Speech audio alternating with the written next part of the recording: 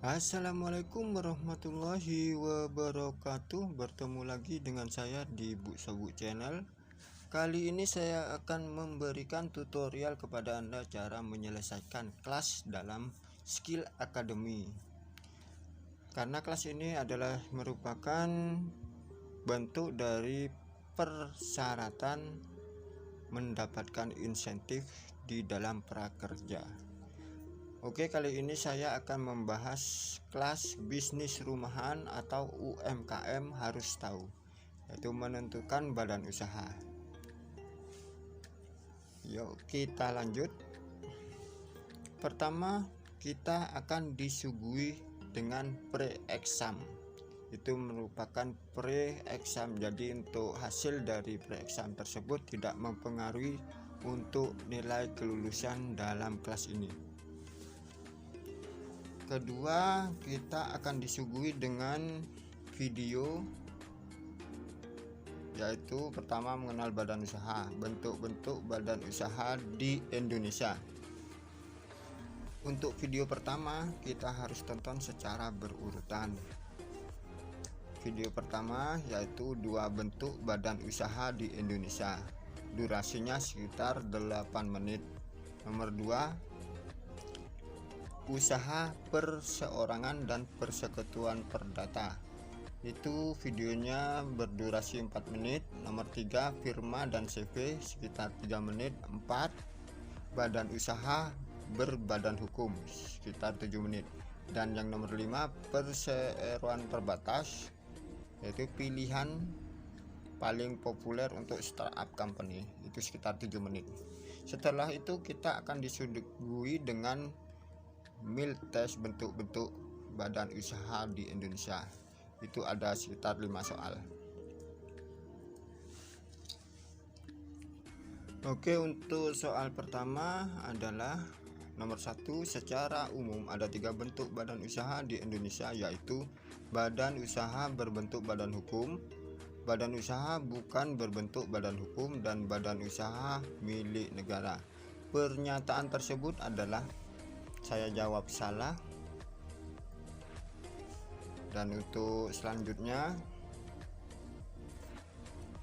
nomor 2, perhatikan hal-hal berikut. 1, subjek dan permodalan. 2, prosedur pendirian.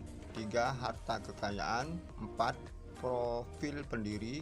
Dan 5, pertanggungjawaban. Aspek yang membedakan badan usaha berbentuk badan hukum dengan badan usaha bukan bentuk badan hukum antara lain. Untuk soal itu yang benar adalah 1, 2, 3, dan 5. Saya memilih C, itu salah, dan jawaban yang benar adalah B. Dan untuk selanjutnya, untuk soal nomor 3, badan usaha milik negara BUMN merupakan badan usaha bukan berbentuk badan hukum. Pernyataan tersebut adalah salah, dan jawabannya adalah B. Untuk soal nomor 4 selanjutnya, pada badan usaha bukan berbentuk badan hukum tidak ada pembatasan yang jelas antara harta kekayaan pribadi pendiri dengan harta kekayaan badan usaha. Pernyataan tersebut adalah benar, jadi jawabannya adalah A, benar. Untuk soal nomor 5, perhatikan beberapa badan usaha berikut. 1, usaha perorangan. 2, perseroan terbatas. 3, persekutuan perdata. 4, firma. Dan 5, persekutuan komanditer atau CV.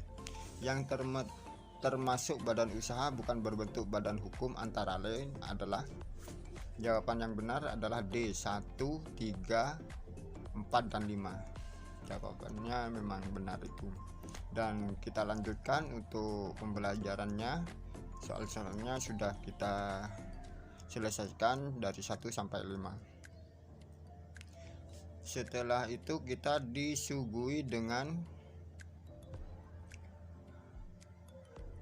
video cara mendirikan badan usaha di Indonesia. Itu kita harus tonton Untuk video pertama, satu, mengetahui karakteristik PT sebelum mendirikannya, berdurasi 6 menit. Nomor 2, langkah awal mendirikan startup berbentuk PT, itu berdurasi 7 menit. Nomor 3, langkah berikutnya mendirikan startup berbentuk PT, durasi sekitar 7 menit. Dan kita akan disuguhi dengan soal miltes cara mendirikan badan usaha di Indonesia. Soal tersebut ada 5 soal, dan kita lihat pembahasannya. Saya menjawab benar 5 dan salah 0. Oke, untuk soal pertama, perseroan terbatas atau PT adalah badan hukum persekutuan modal, didirikan berdasarkan perjanjian, melakukan kegiatan usaha dengan modal dasar yang seluruhnya terbagi atas saham dan memenuhi persyaratan yang ditetapkan dalam undang-undang. Pernyataan tersebut adalah A, benar. Jadi jawabannya adalah A.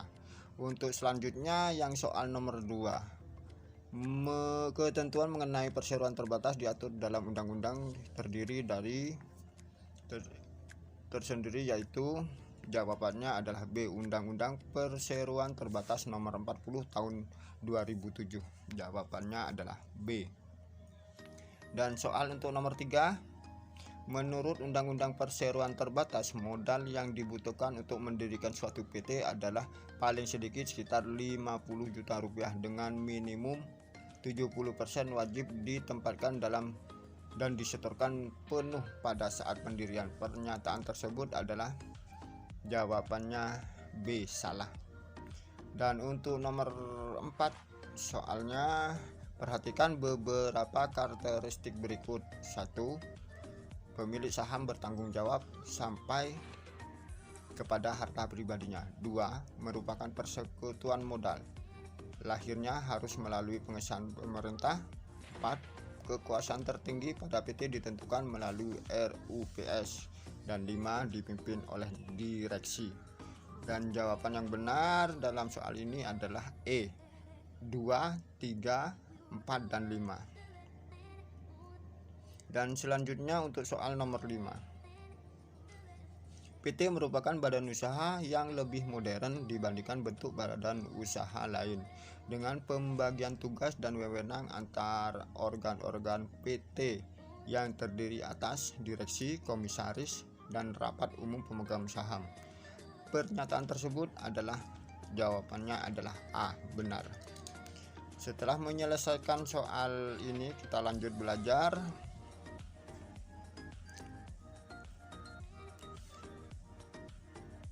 Kita disuguhi dengan video lagi, mengubah bentuk badan usaha di Indonesia.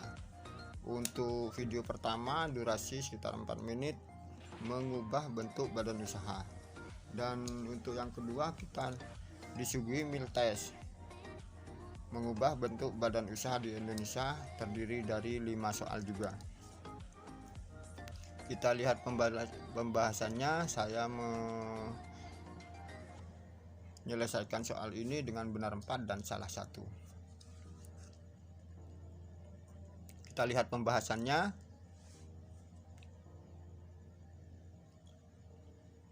Pada soal nomor 1, pada prinsipnya suatu perusahaan berbentuk CV tidak bisa ditingkatkan bentuk usahanya menjadi PT hanya dengan menggunakan riwayat atau izin-izin CV sebelumnya. Pernyataan tersebut adalah, saya jawab B, salah. Memang jawabannya yang benar memang B, yaitu salah. Dan selanjutnya untuk soal nomor 2, perhatikan beberapa hal berikut. 1, revaluasi aset CV. 2, audit interval CV. 3, iklan di surat kabar nasional. 4, pembaharuan jajaran direksi. Dan yang kelima, akta pendirian PT. Prosedur mengubah bentuk badan usaha dari CV menjadi PT secara berurutan adalah, jawabannya yang benar adalah 1, 3, dan 5, E. Dan untuk selanjutnya untuk soal nomor 3, CV adalah suatu persekutuan yang didirikan berdasarkan perjanjian. Karena bukan merupakan badan hukum, Di dalam CV tidak ada pemisahan antara kekayaan para perseronya, terutama persero aktifnya, dengan kekayaan CV. Pernyataan tersebut adalah jawabannya benar. Itu jawabnya A. Dan untuk selanjutnya soal nomor 4. Soal nomor 4 saya menjawab salah, yang seharusnya C, itu saya E. Untuk dapat mengetahui jumlah kekayaan CV yang dipisahkan dari kekayaan para perseronya, yang mana kekayaan tersebut akan dimasukkan sebagai kekayaan PT yang akan dibentuk, maka harus dilakukan revaluasi aset dari CV tersebut jadi jawabannya adalah E. Jawabannya yang benar adalah C, akuntan publik independen. Jadi untuk saudara nomor 4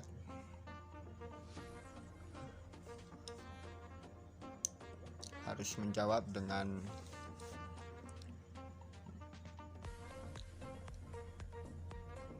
mengklik yang benar C, akuntan publik independen. Ya, untuk selanjutnya kita akan menuju ke soal nomor 5. Pengusaha dapat mendirikan PT dengan nama yang sama dengan CV tanpa menjalankan prosedur mengubah bentuk CV menjadi PT.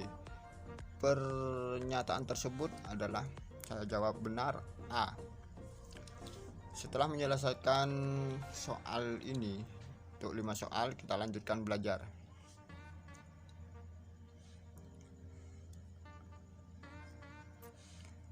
Setelah ini akan disuguhi dengan video tanya jawab seputar badan usaha dengan lawyer. Untuk video pertama yaitu tanya jawab seputar badan usaha dengan lawyer, itu berdurasi sekitar 3 menit. Selanjutnya kita akan disuguhi dengan mil test tanya jawab lagi dengan 5 soal. Kita lihat soalnya, lihat pembahasannya. Saya jawab benar 5, salah 0 dengan nilai 100. Lihat pembahasannya. Untuk soal pertama, setelah mendirikan badan usaha, pengusaha perlu menentukan bentuk badan usaha apa yang akan didirikan. Pernyataan tersebut adalah salah. Jadi jawabannya adalah B. Untuk soal nomor kedua selanjutnya, perhatikan hal-hal berikut. 1. Subjek dan permodalan. 2. Prosedur pendirian. 3. Harta kekayaan. 4. Profil pendiri. Dan 5. Pertanggungjawaban. Aspek yang membedakan badan usaha berbentuk badan hukum dengan badan usaha bukan berbentuk badan hukum antara lain. Jawabannya adalah B. 1, 2, 3, dan 5. Untuk selanjutnya, untuk soal nomor 3, PT merupakan badan usaha yang lebih modern dibandingkan bentuk badan usaha lain, dengan pembagian tugas dan wewenang antar organ-organ PT yang terdiri atas direksi, komisaris, dan rapat umum para persero.